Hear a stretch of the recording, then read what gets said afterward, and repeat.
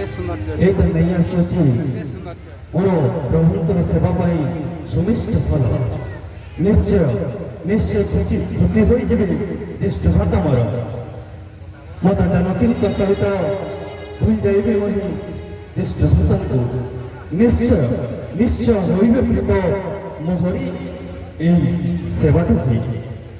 ଆହା ଏ କି ପ୍ରକୃତିର କି ସୁନ୍ଦର ନିୟତି ଆଜି এই উন্মাদনা সৃষ্টি হয়ে এই প্রকৃতিকে দেখি কুলকুল নদরে বহি যাউଅଛି নଈ ସୁଲଳିତ କଣ୍ଠରେ କୋଇଲିର କୁହୁ କୁହୁ ସ୍ୱର ପକ୍ଷୀମାନଙ୍କର এই ଚଢ଼େଇର ରାବ କି ସୁନ୍ଦର ଯେମିତିକି ସେଟା ମନେ ହୁଏ এই ଅରଣ୍ୟରେ ରହିଯିବା ପାଇଁ कहीं से अयोध्यार राजउवास अति सुंदर पवन पहाड़ पर्वत वास्तव जीवन प्रकृत अर्थ ये बुझा मिलूँ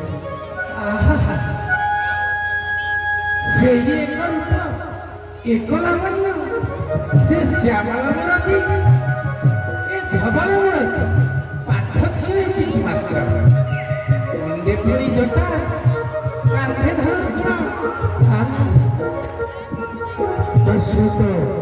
प्रकृतिर आनंद रही भाग भालुकर विघटन गर्जन एत भयंकर एत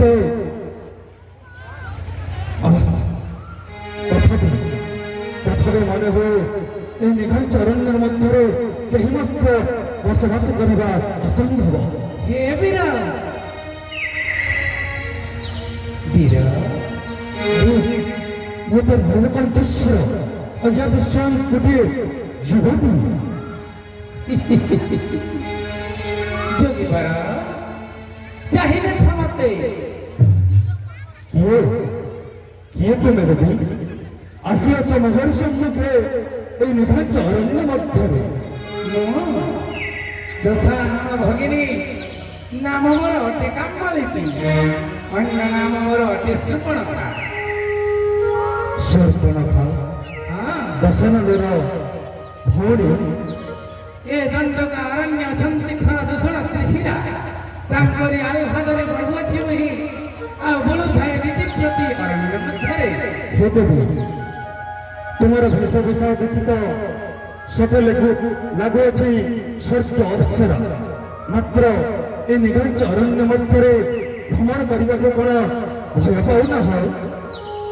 ହେ ବୀରବର ଯେତେବେଳେ ଦେଖୁଅଛ ମୋର ରୂପ ବର୍ଣ୍ଣନା କରୁଅଛ ତୁମେ ଯାଇଥିଲି ତୁମ ଅଗ୍ରଜ ପାଖକୁ ଯାଇଥିଲ କାହିଁକି କାହିଁକି ହେ ସୁନ୍ଦରୀ? ହେ ବୀର शांत चित्ते सुन मोर वाक्य प्रेम भिक्षा कली तांक पासे हेले प्रेम भिक्षा न देन पेशी देले तुम पासे मते जाइथिला जस्ट भक्तंक पाखको करिवा पई प्रेम निवेदन करिवा छ प्रेम भिक्षा आदिन आ से प्रेरण करिसंती मोहरी सम्मुखे निश्चय वीर एई देखो आज्ञा पत्रिका माध्यमे पेशी छंती तम पाखे जाओ जाओ हे सुपर्णखा अनुज लक्षण पासे जाओ और प्रेम भिक्षा एकन कबूच पत्रिका माध्यमे देई छंती जस्ट मन संदेश अरे मत এই তো আমার জ্যেষ্ঠ ভৃতক রয়েছে আর জ্যেষ্ঠ ভৃত পত্রিকা মাধ্যমে কହୁଛନ୍ତି রে লক্ষ্ମণ বাবু নাক শরীরର ତେଜସ୍ୱକୁ ବିହର କାନନ କର ଆଲିଙ୍ଗନକୁ ଏବଂ ଜ୍ୟେଷ୍ଠ ଭକ୍ତ ମୋର ଏଭଳି ବାର୍ତ୍ତା କାହିଁକି କରିଛନ୍ତି ନା ଏହା ତ ଅସମ୍ଭବ। ଜ୍ୟେଷ୍ଠ ଭକ୍ତ ଜାଣିଛନ୍ତି ମହିଳାଟେ मोर अच्छी एक पत्नी उर्मिला नामक मात्र ये कौन दुष्ट होता ना ना ଜାଣିପାରିଥିଲେ ଜ୍ୟେଷ୍ଠଭ୍ରାତା ଏ ହୋଇପାରେ ଏକ କୋଟି ଚକ୍ରାନ୍ତ ସୁନ୍ଦରୀ ନାମରେ ଏକ ଛଦ୍ମବେଶରେ ବି ଆସିଥାଇପାରେ ଏକ ରାକ୍ଷସୀ। କଣ ଭାବୁଅଛ ବୀର? ତ ଜ୍ୟେଷ୍ଠ ଭ୍ରାତାଙ୍କ ଆଜ୍ଞା ପତ୍ରିକା ପଠନ କରିଲା ପରେ ଜାଣିପାରିଲ ମୁଁ କିଏ ଆଉ ତାଙ୍କର ସନ୍ଦେଶ? ହେ ଦେବୀ, ମୁଁ ତ ଚିନ୍ତା କରୁଅଛି ଜ୍ୟେଷ୍ଠ ଭ୍ରାତାଙ୍କର ଆଜ୍ଞାକୁ କିପରି କରିବି ପାଳନ। ହେ ଦେବୀ, ଆସିବ ଯେ ମହାନ ସମ୍ପର୍କ ପ୍ରେମ ଭିକ୍ଷା ପାଇଁ ମାତ୍ର। ହେ ଦେବୀ, ମୁଁ ଯେ ଆସିଅଛି ମୋର ପ୍ରଭୁଙ୍କର ସେବା କାର୍ଯ୍ୟ 14 ବର୍ଷ ବନବାସୀ ହୋଇ। ତେବେ ତୁମେ ଯଦି ମୋର ପ୍ରେମ ଭିକ୍ଷା କରିବ ଗ୍ରହଣ, ତାହେଲେ ତୁମେ ହୋଇଯିବ ଦାସୀ। ତୁମେ କଣ ସ୍ୱୀକାର କରିବ ଦାସୀ ହେବା ପାଇଁ? ଏକ କାମ ପିପାସୁ ଜର୍ଜରିତ ହୋଇ କାମରେ କାମଜ୍ୱାଳା ନାରୀ କେବେ ଭାବେ ନାହିଁ ଦାସୀ କିମ୍ବା ରାଣୀ ହେବା ପାଇଁ। କେବଳ ମନ ପୂର୍ତ୍ତି, ମନ ଶାନ୍ତି ଏବଂ ମନର ଆନନ୍ଦ ପାଇଁ କେବଳ ପୁରୁଷକୁ ଖୋଜି ବୁଲୁଥାଏ ତାର ପ୍ରେମ ଟିକେ ପାଇ।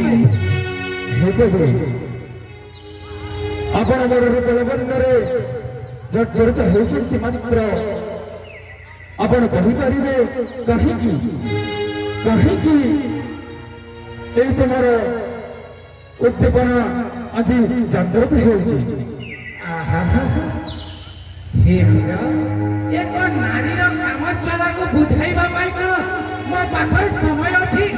ଯଦି ଜ୍ୟେଷ୍ଠ ଭ୍ରାତାଙ୍କର ଆଦେଶକୁ ପ୍ରତ୍ୟାଖ୍ୟାନ କର, ତାହେଲେ ଚାଲିଯିବି ମୁଇଁ। ଜଣାଇବି ତମେ କିପରି ଦାସ। ତମେ କୁହ, କଣ ପାଇଁ, କଣ ଆଶା କରୁଅଛ ମୋହରି ପାଖରୁ? ଶାନ୍ତି, ଆନନ୍ଦ, ସୁଖ ପାଇଁ ଆସିଅଛି ମୁହିଁ। ପ୍ରେମରେ ହୋଇ ଜର୍ଜରିତ, କାମଜ୍ୱାଳା ହୋଇ ମୋର ଅଙ୍ଗେ ଅଙ୍ଗେ। ହେ ଦେବୀ, ଯୋଉ ସୁଖ ଶାନ୍ତି ଆନନ୍ଦ ପାଇଁ ତୁମେ ଆସିଅଛ ମୋହରି ପାଖକୁ, ଜାଣିଅଛ ତମେ ସୁଖ ମାନେ କଣ, ଶାନ୍ତି ମାନେ କଣ, ଆନନ୍ଦ ମାନେ କଣ? ତେବେ ଶୁଣ, ସୁଖ ମାନେ ହେଲା ଇନ୍ଦ୍ରିୟ ତୃପ୍ତି, ଶାନ୍ତି ମାନେ ହେଲା ମାନସିକ ତୃପ୍ତି, ଆଉ ଆନନ୍ଦ ମାନେ ହେଲା ନୂଆ କିଛି ପାଇବ, ନୂଆ କିଛି ଜାଣିବ, ନୂଆ କିଛି ଶିଖିବ। ସେ ସବୁ ମୋର ନାହିଁ ପ୍ରୟୋଜନ। କାମ ପିପାସାକୁ ମୋର ଶାନ୍ତ କର, ନଚେତ୍ ଦେଖାଇବି ମୋର ମାୟା ରୂପ। ଏକାଦଶେ ଗିଳି ଦେବି ତୁମର ସେଇ ଜ୍ୟେଷ୍ଠ ଭ୍ରାତା ରମଣୀକୁ। ଜାନାମ ଜାନକୀ। এই সুন্দরিত যেতে বাধ্য করুଅছি, মাত্র কাটুଅছি ମୋର ବିଫଳ କରୁଅଛି ପ୍ରତ୍ୟେକ ବାର୍ତ୍ତାକୁ। ତେବେ ଜାଣିପାରିଛନ୍ତି ନିଶ୍ଚୟ ନିଶ୍ଚୟ ଏଇ ଗୋଟିଏ ସୁନ୍ଦରୀ ନୁହେଁ, ଗୋଟିଏ ଦାନବୀ ବୋଲି ଜ୍ୟେଷ୍ଠ ଭ୍ରାତା ମୋର। ତେବେ ଜ୍ୟେଷ୍ଠ ଭ୍ରାତାଙ୍କର ଆଜ୍ଞାକୁ ନିଶ୍ଚୟ କରିବି ପାଳନ। ଜ୍ୟେଷ୍ଠ ଭ୍ରାତା ମୋର କହିଛନ୍ତି ପତ୍ରିକ ମାଧ୍ୟମେ ବୁଝିପାରିଅଛି, ଜାଣିପାରିଲି ଯେ ପତ୍ରିକ ମାଧ୍ୟମେ ଜ୍ୟେଷ୍ଠ ଭ୍ରାତା କହିଛନ୍ତି ବାବୁ ନାଗ ଶ୍ରୀଦାନ ଯୋଗ୍ୟ ଯଶସ୍ସୁ ବିହର କାନନ ନ କର ଆଲିଙ୍ଗନକୁ ସମର କର। ଜ୍ୟେଷ୍ଠ ଭ୍ରାତା ଏହାକୁ ପ୍ରେରଣ କରିଛନ୍ତି। ଏହା ରାକ୍ଷସୀ, ଜାଣିପାରିଲେ ମୁନି ଏହାକୁ ଦଣ୍ଡବି। ତାହେଲେ ଏହି ରାକ୍ଷସୀର ଛଦ୍ମବେଶରେ ବି ମାୟା ଦେଖାଇବ ମତେ, ତାପରେ ପରେ ମୁଁ ଏହାକୁ କରିବି ନିଷ୍ଫଳ। ହେ ଯୁବତୀ, ଠିକ ଅଛି, ଆଜି ପର୍ଯ୍ୟନ୍ତ ଏ ଅନୁଚର ତୁମର ନିଜ ପ୍ରଭୁଙ୍କ ଆଜ୍ଞାକୁ କରିନି ଅବଜ୍ଞା। ଧନ୍ୟ ଧନ୍ୟ ତମେ ବୀର। ଆଜି ମଧ୍ୟ କରିବ ସ୍ୱୀକାର। ତୁମକୁ ଆଜି ନିଶ୍ଚୟ ଭ୍ରମଣ କରାଇବି ଏଇ ଚତୁର୍ଦିଗ ପାହାଡ଼ ପର୍ବତ କୁଳୁକୁଳୁ ନାଦରେ ବହି ଯାଉଥିବା ସେଇ ନଈ। ଏଇ ଦେଖ ଯୁବତୀ, ଏଇ ଦେଖ ସେଇ କୁଳୁକୁଳୁ ନାଦରେ ବହି ଯାଉଅଛି ସେଇ ନଈ। এই দেখো সুমিত কণ্ঠরে বহু বহু রাগ করুছি সেই কইলে। আর দেখো দেখো সুন্দর এই পাহাড় পর্বত, সুন্দর এই পক্ষী মানে, সুন্দর ପ୍ରକୃତି ଏ ପାହାଡ଼ ପର୍ବତକୁ ପରିଚୟ ଦିଅ ନାହିଁ ବୀର। ଏ ଦଣ୍ଡକାରଣ୍ୟ ଆମର ସଦାବେଳେ ଭାବୁଥାଏ ମୁହିଁ ଦେଖିତବ ରୂପ କାମାସକ୍ତା ମୁହିଁ। ଆଉ କାଳ ବିଳମ୍ବନ କରି ପ୍ରେମ ଆଲିଙ୍ଗନେ ଭିଡ଼ି ଦିଅ ମତେ ବାହୁରେ ବନ୍ଧନ କରି। ଠିକ ଅଛି ଅଭିଜ୍ଞା କରିଅଛ ପ୍ରେମାକ୍ଷକୁ ନିଶ୍ଚୟ କରିବି ପୂରଣ। ଆସ ଆସ ସୁନ୍ଦରୀ ଆସ ଆସ ଆସ।